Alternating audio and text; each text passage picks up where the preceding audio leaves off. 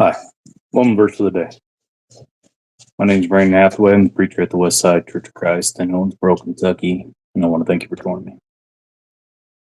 Today we're in 1 Thessalonians chapter 4. I'm going to be reading verses 13 through 18. 1 Thessalonians 4, starting with verse 13. It says, "But we do not want you to be uninformed, brothers, about those who are asleep, so that you will not grieve as do the rest who have no hope. For if we believe that Jesus died and rose again, even so God will bring him with him those who have fallen asleep in Jesus. For this we say to you by the word of the Lord, that we who are alive and remain until the coming of the Lord will not precede those who have fallen asleep. For the Lord himself will descend from heaven with a shout, with the voice of the archangel, and with the trumpet of God, and the dead in Christ will rise first. Then we who are alive and remain will be caught up together with them in the cloud to meet the Lord in the air. And so we shall always be with the Lord. Therefore, comfort one another with these words."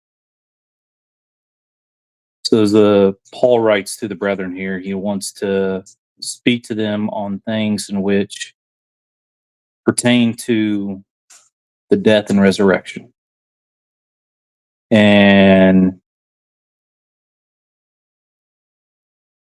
as he speaks of that, he wants to make it clear that because Jesus died and resurrected, we too will have a resurrection when the Lord shall return. When the Lord returns, it brings out there'll be these signs.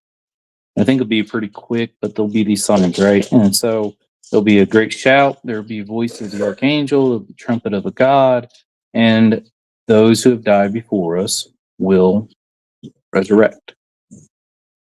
Now, they're not resurrecting to live upon this earth, but rather they will go into the air and meet the Lord, and then we shall follow. We will meet the Lord together in the clouds, as it brings out verse 17. And so when people talk about the return of Christ, here's a verse to remind is that it never ever says Jesus will actually step foot upon this earth. Rather, it says we'll meet him in the clouds. You know, that the angels are the ones that harvest us. You know, that they're the reapers. They're coming forth and gathering those who are saved. And we shall meet the Lord in the air together.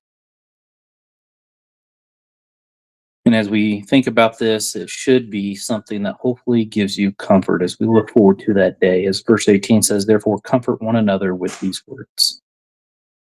We think about having that home in heaven. Let us be comforted.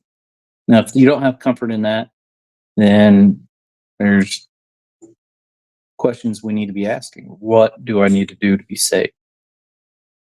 To make sure I'm ready for that day. Is there sin I need to rid myself of? And so, if I can assist in that, please reach out, let me know.